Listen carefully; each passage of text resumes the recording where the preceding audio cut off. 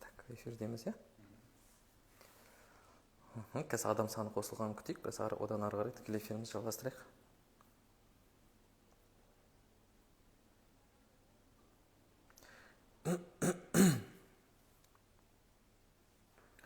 Адамдар қосылып жатыр екен. Ассалаумағалейкум, құрметті Отбасы банк парақшасының оқырмандары, жалпы Отбасы банктың салымшылары. Сіздермен бүгін тікелей эфирге шығып отырмыз. Менің есімім Рауан, сіздерге Шығыс Қазақстан облыстық филиалынан тікелей эфирға шығып отырмыз. Қазір сіздермен Отбасы банктағы ипотекаларда ай сайынғы төлемі қалай саналады, сол бойынша біраз сандармен жұмыс жасайтын боламыз. Сіздерге түсініктірек болу үшін тақтаға жазып отыратын боламын. Әзірге менің дауысым сіздерге қалай естіліп жатыр, сол бойынша ақпарат беріп кетсеңіздер. Здравствуйте, уважаемые вкладчики, Отбасы банк. Сегодня с вами выходим в прямой эфир. Меня зовут Роман. Вещаем вам с Восточного Казахстана. Тема сегодняшнего прямого эфира у нас будут расчеты по нашим займам, чтобы вам было понятно, чтобы мы понимали, где и что берется. А пока написали бы, чтобы как меня слышно и так далее, чтобы я мог продолжить дальше свой эфир. Эфир жақсы естіліп жатыр деп жатқан екен. Ендеше мен қазір телефонды алып қоя тұрайын, былай қарай сіздерге кедергі келтірмеу үшін. Егер тоқтап қалып жатса, естілмей жатса айтып жібересің. Жалпы Отбасы банк, өздеріңіз білесіздер, тұрғын үй займдарын, тұрғын үй жинақтау жүйесін жүзеге асыратын, жалпы СНГ ТМД мемлекеттер арасындағы ол жалғыз мемлекет. Тұрғын үй жинақтау жүйесі деген түсініктемені ұғып алу үшін сіздерге кішкене сандарды беріп жіберейін. Одан ары қарай сіздердің үнемі қоятын сұрақтар, жаңағы отау болсын, наурыз бағдарламасы болсын, ұмай бағдарламасы болсын, немесе 50-50-мен алған кезде ай сайынғы төлеміміз қаншадан шығады деген расчеттарды сіздерге көрсетіп, түсіндіріп беруге тырысатын боламын. Ендеше кеттік. Жалпы Отбасы банктың деп айтайық, иә? Отбасы банк жинақтау жүйесі бойынша ғана жұмыс жасайды. Біз басқанда ешқандай ипотекаларды жүзеге асырмаймыз. Біздің кез келген беретін несиеміз осы жинақтауға байланысты. Жинақтау барысында бізде 3 қана шарт бар. Сіз 50% жинау керексіз, шотыңызға 50% жинау керексіз. Оценочный показатель деген нәрсеміз бар. Осы оценочный показательді толықтыру керексіз. Кемінде 16-ға жету керек деген өздеріңіз білетіндей. Одан кейін 3 жыл толу керек осы депозитіңізге. Осы 3 шартты орындаған жағдайда сіздер Отбасы банктен тұрғын үй займын аласыз. Жилищный займ деп айтамыз. Түсінікті кейбір адамдар ұқпай жатқан болса, жилищный займ өздеріңіз білетіндей біз үнемі айтатын. Апай ақша жинасаңыз, осы сіздің депозитіңіздің осы 3 шарты орындалса, сіз төлем қабілеттілігін растамайсыз, яғни без платежеспособности өтесіз. Ол біріншіден, екіншіден сіздің пайыздық мөлшерлемеңіз бар болғаны 3,5%-дан 5%-ға дейін болады.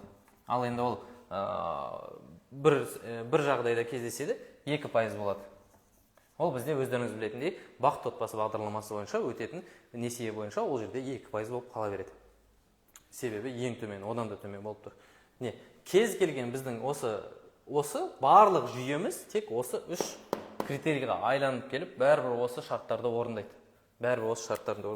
Егер одан кейін бізде сұрақ туындайды. Мысалы, біз осы шарттарды орындай алмадық деп айтайық, мысалы 50%-ын бірден салдық, бірақ біздің оценочный показателіміз жеткен жоқ. Онда сіз басқа түрін, займ түрін аласыз. Немесе сіздің 50%-ыңыз жоқ, 3 жыл болып қойған, бірақ опыңыздың бәрі жақсы, бірақ 50%-ыңыз жоқ деп есептейік. Соның барлығы түсінікті болу үшін сіздерге бүгін біраз жазып қойған ақпаратым бар, сол бойынша түсіндіріп өтейін. Қараңыз. Тұрғын үй займы, жилищный займ. Жилищный займ без подтверждения дохода болады. Төлем қабілеттілігін растамайсыз. Бар болғаны 3,5% бен 5% аралығындағы несиені аласыз. Бұл несиені алу үшін сіз жаңағы айтқан 3 шартты орындау керексіз. Сол 3 шартты орындаған жағдайда сіз осы 3,5%-дық несиені аласыздар. Және де ең басты үнемі қойылатын, үнемі хейт келетін сұрақтардың бірі ол бізде Отбасы банк сіздерді алдайды. Отбасы банк сіздердің жаңағы өзіңіз салған ақшаңызға да пайыздық мөлшерлемесі санайды. Немесе сондай хайптың арқасында өздерінің аккаунттарын жаңағы көтеру мақсатында үнемі осындай ақпаратты біздің халықтың арасына жіберіп отыратын біраз азаматтарымыз бар. Сол себепті ешкімнің ақылын тыңдамай біздің банктың кеңесшілеріне келіп толыққанды осы ақпаратты алып жүргеніңіз дұрыс болады. Бұл жағдайда егер сіз жаңа мен айтқан мына жағында көрсеткен 3 шартты орындаған болсаңыз, шотыңыз ашылғанына 3 жыл болса, 50%-ын сіз салып отырып жинасаңыз, бағалау көрсеткішіңіз жеткілікті болса, сіз тұрғын үй займын аласыз. Ол жерде сіздің алғашқы жарнаңыз 50% болды. Сіздің опыңыздың жеткеніне байланысты сізге 3,5, жаңағы 4,8, 4,5, 4, 3,5% деп кете береді. Сол опыңыз қайсына жеткілікті болып тұр, сол займ бойынша сіз несие аласыз. Және жаңағы айтып кеткен сұрағыма бірден жауап беріп кетейін. Тұрғын үй займын алған жағдайда сіз өзіңіздің жаңағы алып жатқан 50%-ыңызға ғана ақша төлейсіз. Яғни сіздің осы банктан алған 50%-ыңызға мысалы 3,5% жүруі мүмкін, 4,8% жүруі мүмкін, 4,5% жүруі мүмкін, немесе 4% жүруі мүмкін, тағысын тағы солай кете береді. Түсінікті болу үшін осы тұрғын үй займын айырмашылығын ұғып алу керексіздер. Тұрғын үй займын мысалы сіз қарайсыз, өзіңіздің жеке кабинетіңізге кіресіз приложенияда. Сосын ол жерде кіргеннен кейін барып, опыңыздың бәрі жеткілікті, немесе кеңесшіге бардыңыз. Апай, сіздің опыңыз осыншаға жетіп тұр, сіз осындай суммаға тұрғын үй займын алуға сіз төлем қабілеттілігін растамайсыз деп. Сол жағдайда сіз мен ай сайын қаншадан төлеймін деген сұрақ туындайды. Әрқайсымыз енді көрпеңе қарай көсіл деп қазақ бекер айтпаған ғой. Менің шамам қандай соманы ай сайын төлеуге жеткілікті деген сұрақ туындайды. Ол сұрақты шешу үшін сіз біздің кеңесшілерге барып, жеке куәлігіңізбен отырасыз, сіздің ай сайынғы төлеміңізді санап береді. Немесе, егер сіздің бағалау көрсеткішіңіз жеткілікті болып тұрған жағдайда, сіздерге көрсетіп өтейін. Мысалы, менде прорасчет деген мына секілді қосымша болады.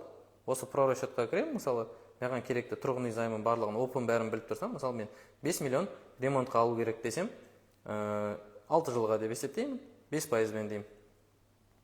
Ол маған ай сайын төлемді шығарып береді. Бұл бізде тұрғын үй займы бойынша. Тұрғын үй займы бойынша қолмен санау өте күрделі болады, және оны санау үшін сізге уақытыңыз кетеді. Оны үнемдеу үшін жаңағы айтқан қосымшаны кез келген кредитный калькуляторды алып санап алсаңыздар болады. Бұл айтып кеткен өзіңіз алған 50%-ға ғана ақша төлеу үшін сіз жинау керексіз.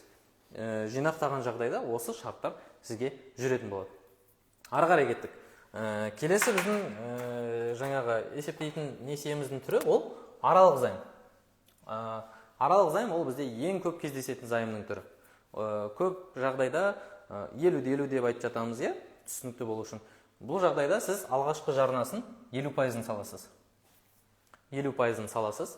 50%-ын салған жағдайда 6% бен 8,5% аралығында сіз банктан несие аласыз. Бұның жаңағы тұрғын үй займынан қандай айырмашылығы бар?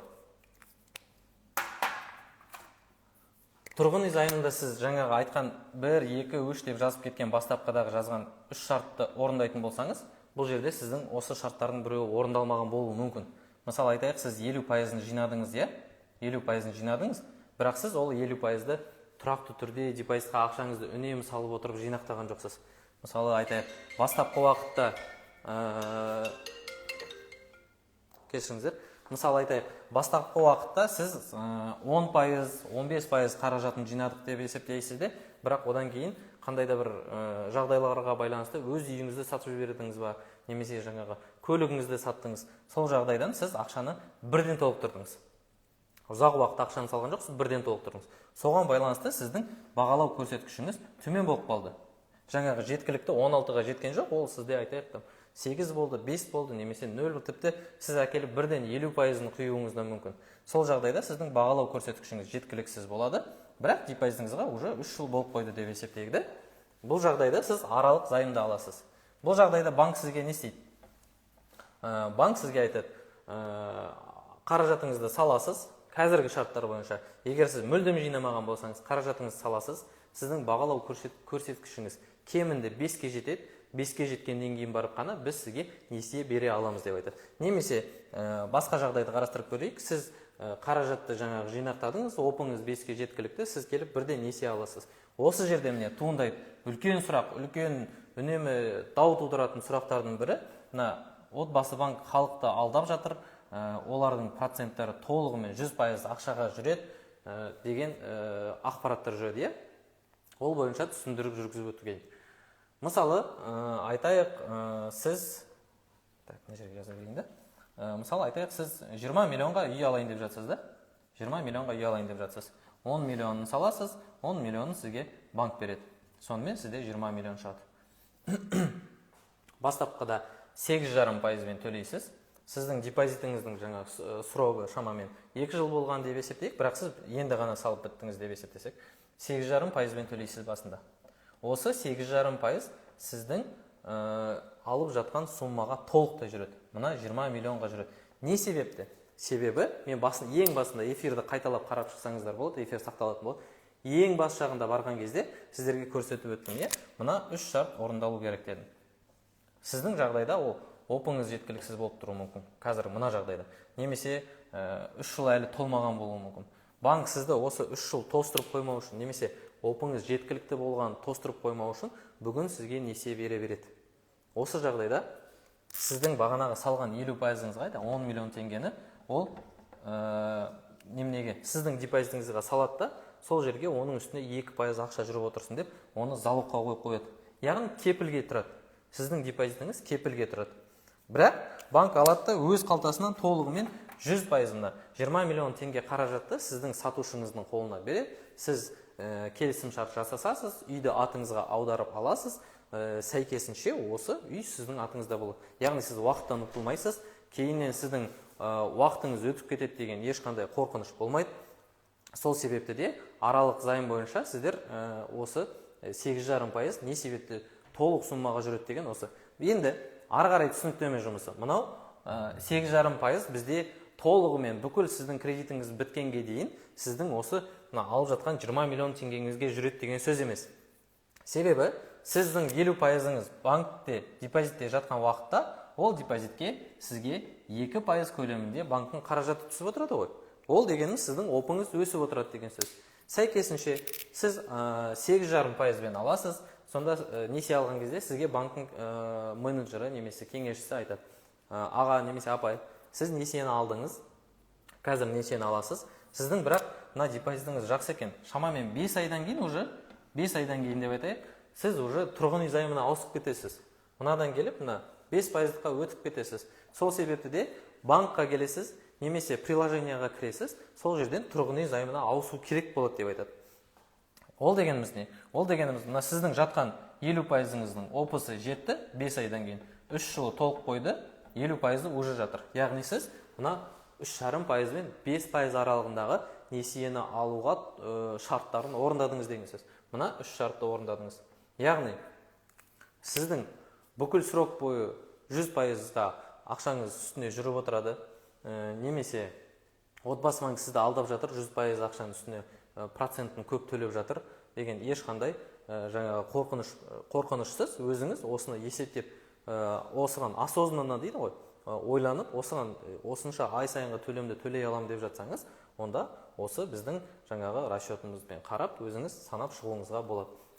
Енді ары қарай ай сайынғы төлемі бұл жерде қанша шығады? Бұл жағдайда 20 миллион теңгені 8,5%-ға көбейтесіздер, одан кейін 12 айға бөлесіздер. Бұл сізде ай сайынға банкқа кетіп отыратын пайыздық мөлшерлемеңіз шығады. Одан кейін несие рәсімдеген кезде сізге менеджер 3 түрлі несиенің рәсімдеуінің түрін, осы аралықтың өзінің ішінде 3 түрін таңдайды: стандартты, жеңіл немесе жеңіл екі деген түрлерін таңдатады. Ол жерде 8,5%, 8 немесе 7,5%-бен несие алуға болады. Сәйкесінше сіз ай сайынғы төлеміңізді осы арқылы шығарып алуларыңызға болады. 20 миллион теңгеге қателеспесем, мен шамамен 160 мың теңге көлемінде ай сайынғы төлем шығу керек, болу керек. Қазір мен сіздерге санай салайын, бірден түсінікті болу үшін. 141 мың теңге. Ай сайынғы төлеміңіз осы 20 миллион теңгеге болатын болса, 141 мың теңге сізде төлем шығады. Бұл бізде жаңағы аралық займ, яғни 50-50. Егер сұрақтарыңыз болса, қазір комментарийға жаза беріңіздер. Түсіндіріп өткеннен кейін сіздерге қайта оралып сұрақтарыңызға жауап беріп кетуге тырысамын. Ары қарай кеттік. Мына жерде бізде алдын ала займ қалды. Алдын ала займ бойынша ар жағынан сәл орын жетпейтін сияқты.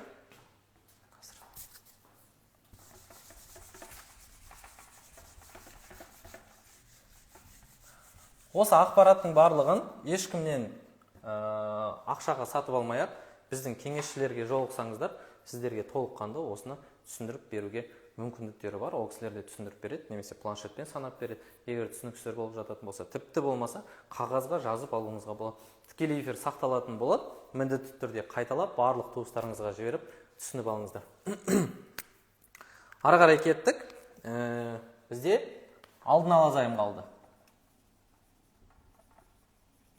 Алдын ала зайымға, жаңағы аралық зайым 50-50 деп түсіндіріп өтсем, алдын ала зайымға бізде не кіреді? Ол жерге бізде отау кіреді, ол жерге бізде наурыз кіреді, ол жерге бізде ұмай бағдарламасы кіреді, ол жерге жаңағы біздің бақытты отбасы мен шаңырақ бағдарламасы кіреді, бұрынғы қазіргі концепция деп айтамыз. Тағысын тағы. Әскери баспана, егер алғашқы жарнасы 15% болатын болса, әскери, яғни қазіргі тілмен жаңа баспана. Осы бағдарламалардың барлығы осы алдын ала, яғни предварительный зайым бойынша есептеледі. Предварительный займның принципі де дәл осы мен айтып өткен мына 3 шартқа келіп тіреледі. Біздің эфир басында айттым ғой, барлық несие түрлеріміз айланып келгенде тұрғын үй займына ауысады. Ол жерде бар болғаны уақыт жұмыс жасайды сіздерге. Сіз тұрғын үй займына қаншалықты тез ауысатыныңыз. Егер сіз аралық займ алып жатсаңыз, ол сізде 1,5 жыл немесе 2 жылдың ішінде ауысып кетесіз. Егер мүлдем срогі жоқ депозит болса, онда 3 жылдан ауысасыз. Егер алдын ала займ болатын болса, онда сіз несиені қанша уақытқа рәсімдеп жатырсыз, соған байланысты болады. Енді біз ұмай, отау, наурыз, бақытты отбасы деп есептемей, ең негізгісі енді бізге үнемі сұрақ жиі келетін, жаңағы бізге қазір актуалды іске қосылатын бағдарламалар бойынша, наурыз бойынша есептеу жасап өтейік. Қосымша осыған қосып айта кеткім келеді. Наурыз бағдарламасы бізде наурыз айында басталады. Егер әлі шот ашпаған болсаңыз, немесе әлі жинақтаулар жасамаған болсаңыз, бүгінгі күннен бастап жинақтап, шотыңызды ашып, осы бағдарламаға дайындалсаңыз болады. Алдағы уақытта ол ұзақ мерзімге жоспарланған, шамамен әлі 6-7 жыл бойы жұмыс жасайтын болады. Алғашқы жарнасы 20%, пайыздық мөлшерлемесі 7 немесе 9% болып келеді. Кеттік. Алдын ала зайым дегеніміз, алғашқы жарнасы 0 теңгеден 50%-ға дейінгі несие түрлері кіреді. Оған жаңа айтып кеткен отау мен наурыз кіреді. Мысалы, ол жерде 20% алғашқы жарнасы, ұмай бағдарламасы бойынша 15% мысалы, одан бөлек бақытты отбасы, әскери шаңырақ бағдарламалары бойынша бізде 10%-ды құрайды, немесе әскери баспана бойынша 15%-ды құрайды. Осы бағдарламалар аясында сіз алдын ала займ аласыз. Мысалы айтайық, сіз жаңағы наурыз бағдарламасынан наурыз айында беріп, одан өттіңіз, ары қарай несие рәсімдеуге келдіңіз деп есептейік. Ол жерде енді максимальный суммаға есептеп көрейік. Астана, Алматы қалалары бойынша бізде 36 миллион, басқа аймақтағы қалаларда бізде 30 миллион екен білесіздер. Бізде енді аймақтағы адам саны көп, түсінікті болу үшін осы 30 миллион деп есептеп өтейік. 30 миллионның алғашқы жарнасы 20%. 20%, яғни сіз ол жерде 6 миллион теңге салу керексіз. 6 миллион теңге сізде депозитіңізде болу керек. Енді бірден осы жерден түсініп алу керек. Бірінші шартқа келдік. Сізде 20%, бірақ сізде 50% болу керек. Яғни сіздің мына 6 миллионыңыз ай сайын қосылып келіп, аяғында 50% болу керек. Осы 50% болған жағдайда сіз мына тұрғын үй займына ауысасыз. Кеттік ары қарай. 30 миллионның ай сайынғы төлемін табу үшін есептейміз. 30 миллион теңгені көбейтеміз 9%-ға. Одан кейін оны бөлеміз 12 айға. Сонда бізде ай сайынғы төлеміміздің сіздің банкқа төлейтін пайыздық мөлшерлемесі шығады. 9%. 30 миллион көбейтеміз 9%-ға, бөлеміз 12 айға. Сіздің банкқа төлеп отыратын пайыздық мөлшерлемеңіз 225 мың теңгені құрайды. Бұл сізде ай сайынғы төлеміңіздің бір бөлшегі. Сіздің ай сайынғы төлейтін төлеміңіз екі бөлшектен тұрады. Біреуі ол банкқа төлейтін пайыздық мөлшерлемеңіз, алдын ала несие алған, займын алған жағдайда. Екіншісі сіздің жаңағы мына 6 миллионды толықтыру керек. Взнос во вклад дейміз, депозитқа толықтыру керек болады. Яғни 30 миллионның жартысы бізде 15 миллион. 15-тен 9 миллион, 6 миллионды алып тастаймыз. Бізде қалады 9 миллион. Осы 9 миллион теңгені несие мерзімі бойынша неше жылға алып жатырсыз, сол мерзімге есептейміз. Біздің жағдайда енді максимальны деп есептейік. Жаңағы 8 жылға есептейміз. Алдағы уақытта 8 жыл ол кісі алдын ала займын төлейді, одан кейін барып тұрғын үй займына ауысып деген шартпен. 8 жыл, ол дегеніміз бізде 96 ай. Яғни 9 миллион теңгені бөлеміз 96 айға.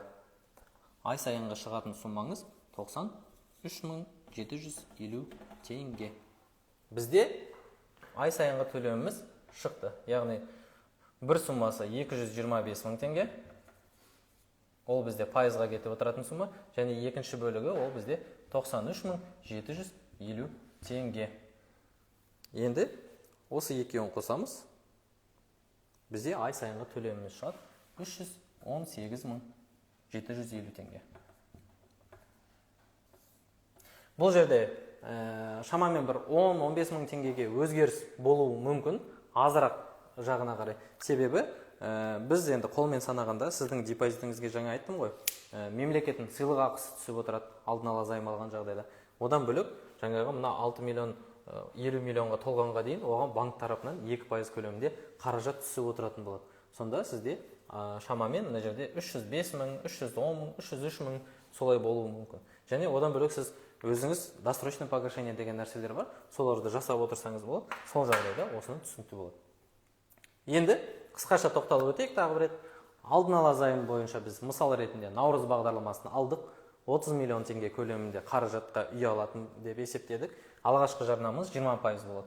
Яғни 6 миллион теңге сіздің депозитіңізде болу керек. Ол 6 миллион теңгеңіз сізде банкта кепілде жатады. Ол ай сайын қосылып келіп, мына 50%-ға жеткенге дейін. Ол 50% қалай жинақталады деп жатсаңыз, жаңа түсіндірген, ар жағында қалған 30%, яғни 9 миллион теңгені сіз несие мерзіміне байланысты максималды срокқа деп есептедік біз 8 жылға. Сол 8 жылдың ішінде ай сайын қосылып отырып, мына 50%-ға жинақталады. Ол 93.750 теңгеден 96 айда сізде 15 миллионға толғасыдыр. Содан кейін барып сіз тұрғын үй займына ауысасыз. Ары қарай тұрғын үй займын жаңағы мен түсіндіріп өткен қосымшаға кіріп, өзіңіз есептесеңіз болады. Өйткені ол уақыт аралығында өзіңіз сіз неше жыл, 8 жыл төлейсіз ба? 8 жыл ішінде сізге мемлекеттен 20% көлемінде сыйлық ақысы түсіп отырады. Жыл сайынғы біз беретін 200 МРП-ға деп есептелетін. Одан бөлек банктан беретін 2% бар. Сәйкесінше сіздің мына жердегі 15 миллион емес, шамамен айтайық 14 миллион, 13,5 миллион қаражатыңыз қалуы мүмкін тұрғын үй займына ауысқан кезде. Сол себепті де, құрметті оқырмандар, барлықтарыңызға түсінікті ақпарат бердім деп ойлаймын. Ең бастысы пайдалы ақпаратпен бөлістім деп ойлаймын. Өздеріңіз енді саралап, қарап шыққандарыңыз дұрыс болады. Себебі басқа банкқа бірден, ой, мен отбасы банктан төлем қабілеттілігінен өтпей қалдым.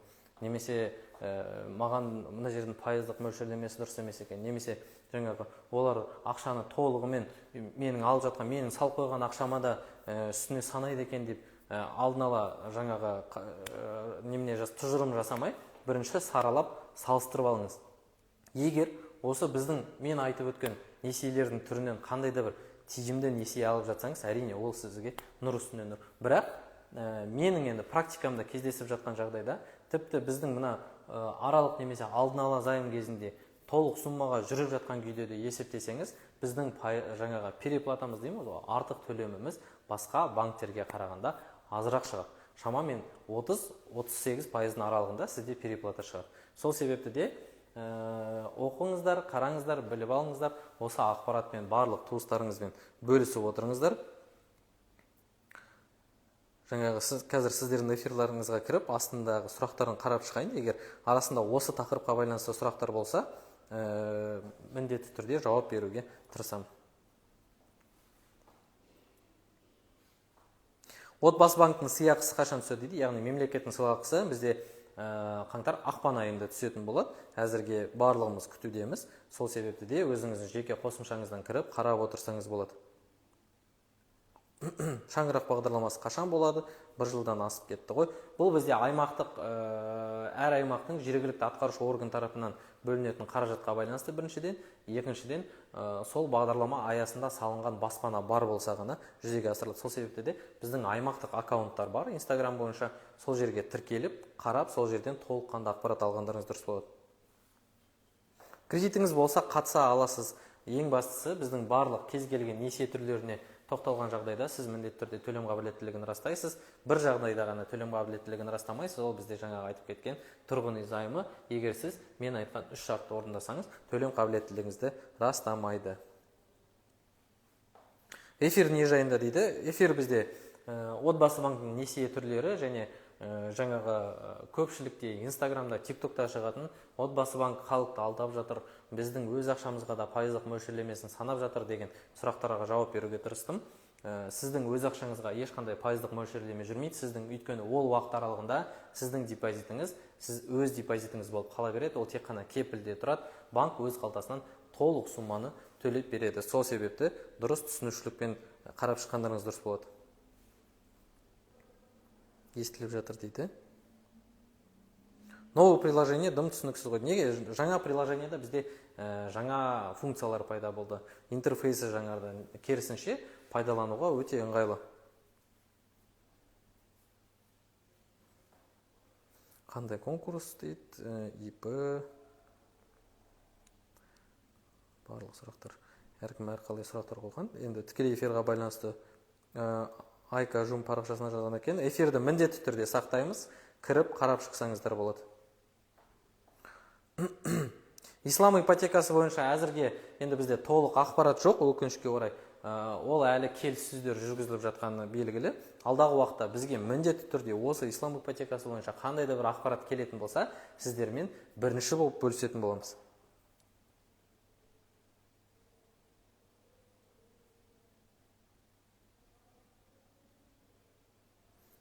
Отау наурыз бағдарламасы ашылған айтқан еді. Счетта 1 миллион болса қатысуға болады.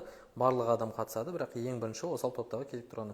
Енді дұрыс қой, отау наурыз бағдарламасына бізде барлық азаматтар қатыса алады. Ең бастысы конкурсқа өтініш берген кезде сол шарттарға сәйкес болу керексіз. Иә, дұрыс айтасыз. Бірінші жылы біз қабылдаған кезде ол жерде шотыңызда 1 миллион теңге қаражат болса жеткілікті. Бірақ біз ең басынан ашып айттық. Кім депозиттарына қаражатты тұрақты түрде жинады, сол кісілерде опысы жақсы жинақталды, сол кісілер конкурстан өтуіне мүмкіндіктері жоғары болады деп түсіндіргенбіз.